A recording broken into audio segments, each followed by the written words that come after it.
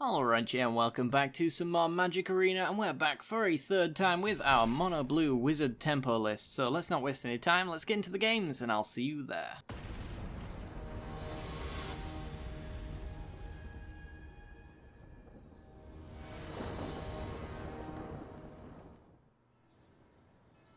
Okay, we're in, and we're going to be on the play.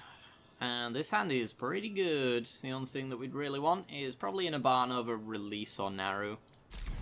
But I'll take this. So it's going to be turn 2 Silvergill most likely. Using Trickster then on turn 3 to tap down whatever we need to allow Adept to swing right through. That's based on this hand as it currently stands though. Is it Guildgate? Ooh, is it going to be Drakes? I get to show you how much of an instant win it is against Drakes in games 2 and 3. It's kind of funny. If it is. It's like game 1, they can shock us and they can do all of their Drake stuff, but games 2 we bring in our Murmuring Mystics, and as long as they don't find Niv Mizzet, then they're pretty much just dead.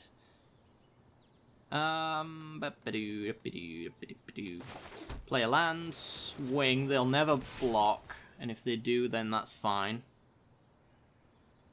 And then I'll quasi-duplicate Silvergill for an extra draw, I think. Yep. They never draw, never block, sorry. Alright. Cantrip into an Exclusion Mage. That's pretty good, actually. They really want to be cheating out Phoenixes, so if I just bounce them back to their hands, it's really annoying. So, with your 2 mana, potentially 3, what are you going to do? It's a Steam Vents. Tapped. So, no Drakes for us today.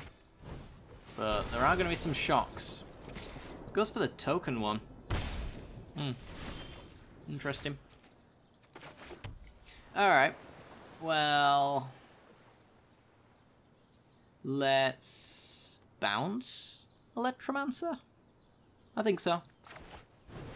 They want Electromancer on the field to cost reduction enough to actually play all of their spells at a super cheap rate to allow Phoenixes to come down. So by bouncing this back to their hand, it means they have to replay it and take the time to do that another turn. It would suck if they killed Exclusion Mage here, but I'd get over it. Crackling Drake. Yeah, don't care.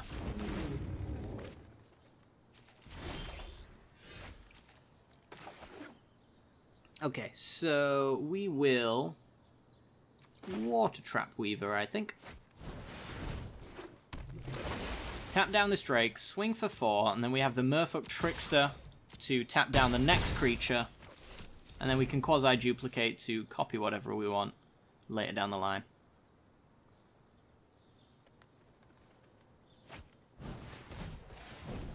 There's Electromancer. So, maximum of 2 spells being cast here this turn, unless he makes his land drop. Discovery, sure. Hopefully not surveilling any Phoenixes into the graveyard. It would be awkward.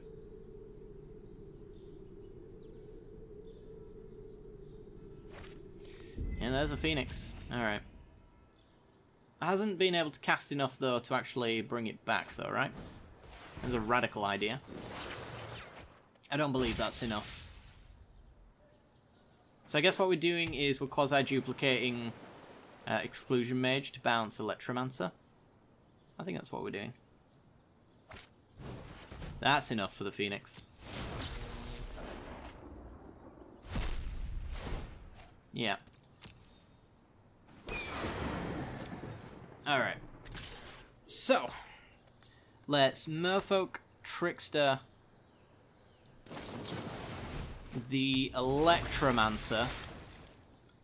We're going for full damage beatdown at this point. Don't care about what they're doing. Swing for 8. They're down to 4. I actually just missed lethal. I'm an idiot. Well then. Let's Exclusion Mage copied, I think. Yeah, I'm actually a fool. Yeah, copy Exclusion Mage. Dump the land.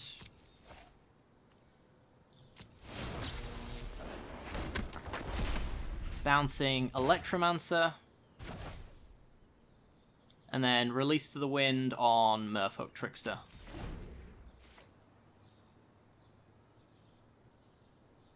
And I'm pretty sure it is impossible for them to win. Electromancer. Okay. This is fine. I'm holding Release the Wind to the last moment because they do run shocks, so I'm assuming that's going to be their way of trying to kill whatever happens here.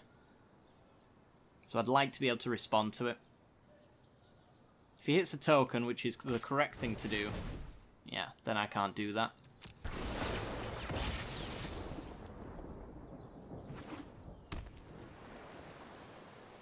Okay. But this bacon bolt, this one's going to allow me to do whatever I need. So if I was to flicker that in, and they don't attack with everything, I bounce 1 and they take 3. If I let this go and they don't attack with anything, I flicker Merfolk Trickster. It's yeah, I'm gonna release it. Let's save it. If they swing, they lose. Alright. So, Exclusion Mage. Bouncing. Crackling Drake. Swing with everything. Forcing the blocks. If he blocks the 2-2 with the Electromancer, he's going to lose it. So we narrow Mayha.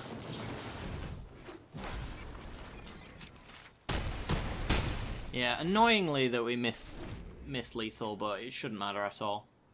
It's like now, even if they had like Fiery Cannonade, they're still dead. Yeah. Okay. Drake's down. Game 1. Missed lethal. Still won. Game 2. We bring in our key piece, Murmuring Mystic. Murmuring Mystic beats all. And let's bring out a dive down for shocks. Don't want Disdainful Strokes. I might want the Wizard's Retort though. And we're basically going to go Murmuring Mystic with Quasi-Duplicate and Salvager of Secrets, bringing back these Quasi-Duplicates. That's the way we're going to win this game. So I just need to cut enough pieces to make sure that that is the most consistent way that we win. Right, what do we cut? What do we cut? Water Trap Weaver, Exclusion Mage, and I do like Trickster. It basically says whatever power and toughness those drakes are at, it's now 0. Which is as good as fogging. Maybe I want 3 dive downs. I don't think I want to bother too much with that kind of thing.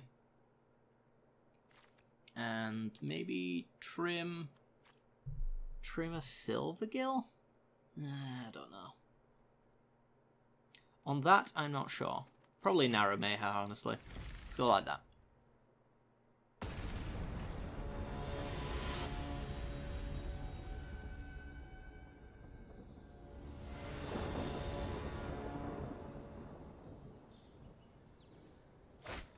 Okay, we have Murmuring Mystic and a few Exclusion Mages. I feel like this is a bit slow though, so I'm tempted to throw it back.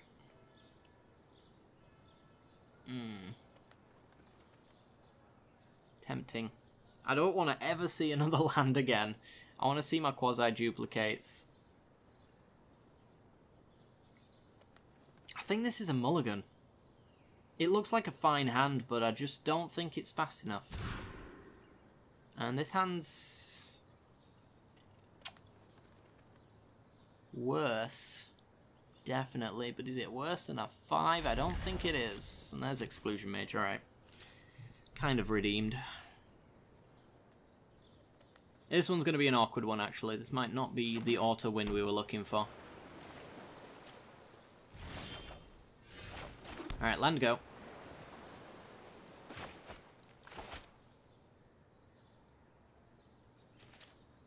Opponent with the opt in their hand. Do you ever see one blue mana and priorities holding on their side? They've got an opt.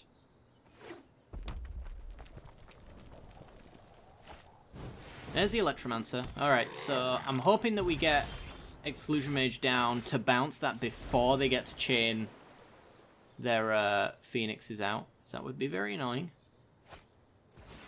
There's a Discovery. Surveils 2. Hopefully they don't look into 2 Phoenixes. Even one would be annoying. Kept both on top. Okay. Land drop for the turn. Nice. That to me looks like the shock. So do I hope to find another land so that I can protect my Exclusion Mage with a dive down? Or do I go for the bounce on the Electromancer guaranteed, which slows them down enough? I think I go for it.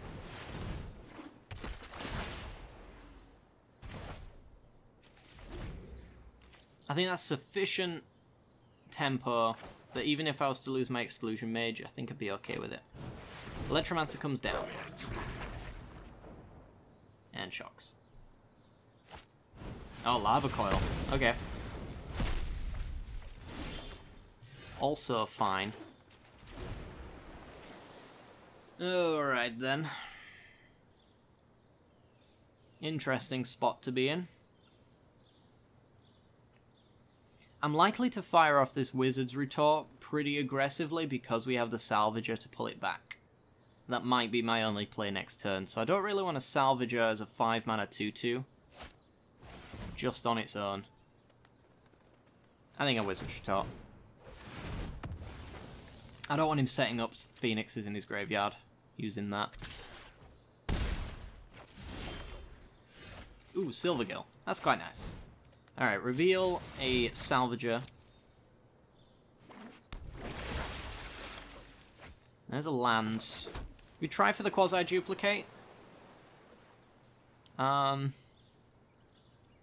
let's do it. Let's try. And it resolves. We get another land. That's honestly pretty good, because that allows us to protect our Salvager and then Quasi-Duplicate loop. There's Opt.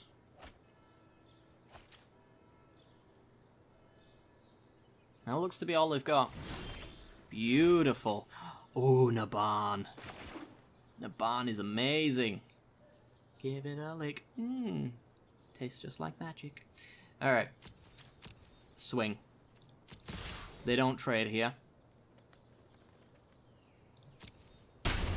Nope. We play Salvager.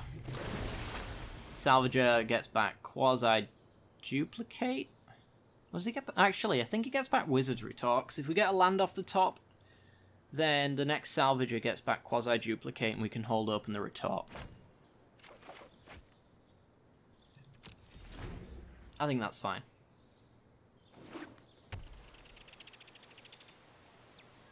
We always have this as a backup option. Alright. Draws and discards. Must have a Phoenix, yeah.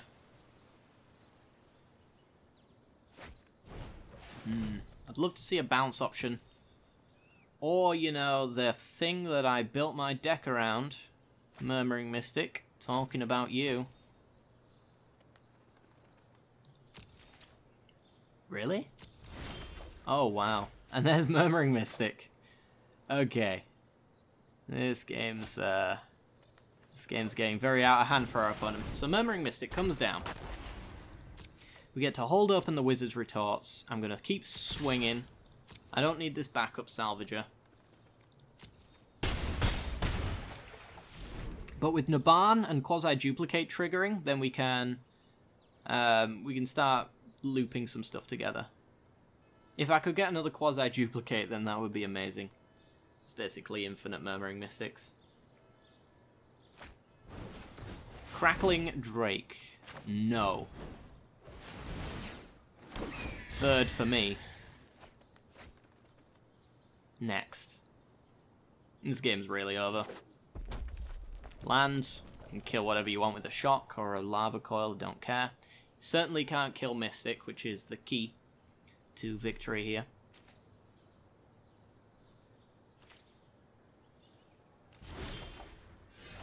And there's another Naban. Alright, well, I'm going to play Naban. And then we're going to start swinging. He's going to have to block pretty soon. Shocks Salvager.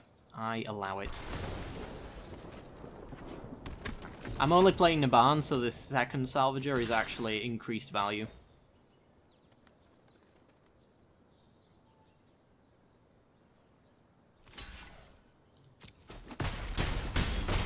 Down to 5. That's the turn. Presenting lethal. What you got? They must have a way of getting that Phoenix out.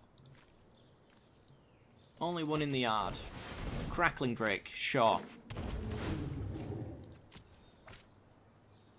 Without Trample, it pretty much cannot pass a Bird Illusion token.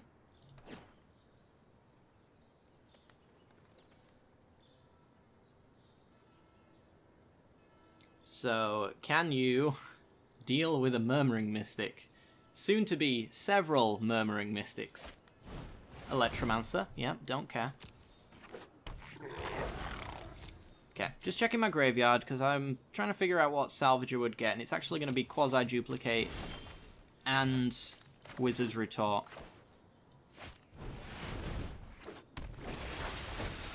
So now we can counter every single spell from this point forward. One a turn anyway, guaranteed. And he's at 5, so I could start swinging in with Silver Gills. I at least take at least 3 of his life off. I don't think I really even care, to be honest. This game is so out of my opponent's control that I can take my time with this victory. I don't think I need to even risk anything. Charter Course. I'm gonna say fine. No, I'm not. I'm gonna Wizard's Retort him.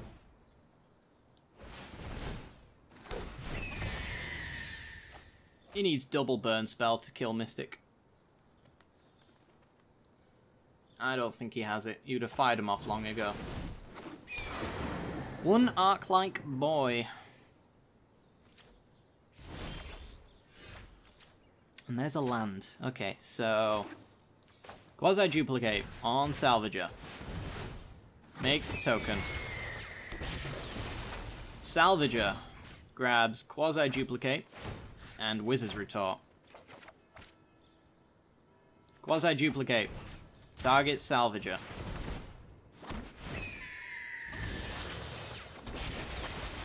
Salvager grabs Quasi-Duplicate twice over. And now we have all the birds. We have counterspells open. Counterspells mean more birds. Did I already have lethal? I'm not sure. I'm just going to make sure that I do next turn. Yeah, that's an Arclight boy. That is a in the graveyard Arclight boy. Now if he goes land and manages somehow to chain 3 spells together, good for my opponent. But I don't think that's an option. Alright, well, let's Quasi-Duplicate Salvager.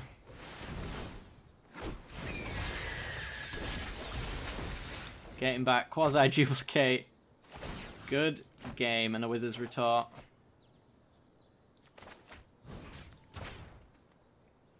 Just to be on the safe side. All the burbs. Yeah. Okay, so blocked, blocked, 1, 2, 3, blocked, blocked, 4, 5, 6, 7, 8, 9. Plus dive down, plus Wizard's Retort. in whichever combination we choose.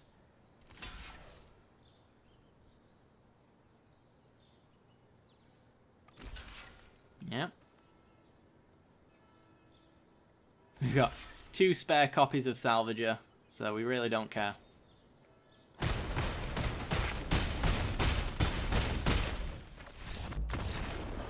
Is it Drake's Bites the Dust in what I would call an auto-win matchup? Yeah, making bird tokens. I mean, what we'd ideally want is to have 2 quasi-duplicates, because then we could use one on the Mystic, which generates as extra birds, and then one on the Salvager. But to be honest, that's just a way of speeding up the game. We can just target Salvager over and over again, and as you can see, we can create too many bird tokens. And the only thing that they can really do about it is Niv Mizzet. So Niv Mizzet would then draw cards and deal damage to us, and we'd have to sort that out. But a lot of the times we have some ways of bouncing it before we chain it, so we can quasi-duplicate one of our bounce creatures or our Merfolk Tricksters or something like that, just to negate the ability of Niv Mizzet and then chain off. So we can really get around that sometimes anyway. Depends on our draws, of course. But anyway, guys, that's going to do it for today's episode. I hope you've enjoyed. If you have, then be sure to like, subscribe, hit that little bell icon, and if you want to support the channel a little bit further, I do have a Patreon page. For as little as $1 a month, you can support the channel, and that will give you access to some reward videos as well, because I do feel ever so grateful for any kind of assistance you guys provide, so I want to give back to you guys who choose to help out the channel. So, 4th video for everybody who does that, lifetime access as well. So if you do donate for a month for $1, you will get lifetime access to the private areas of the Discord, where you'll get a 4th video for every matchup. So if that's something that you're interested in, be sure to head down to the description. Other than that, the Discord is public, so you can enter all of the public sections as well and have a nice little chat. I'd love to see you all there. Other than that, thanks very much, and I'll see you all next time. Bye-bye.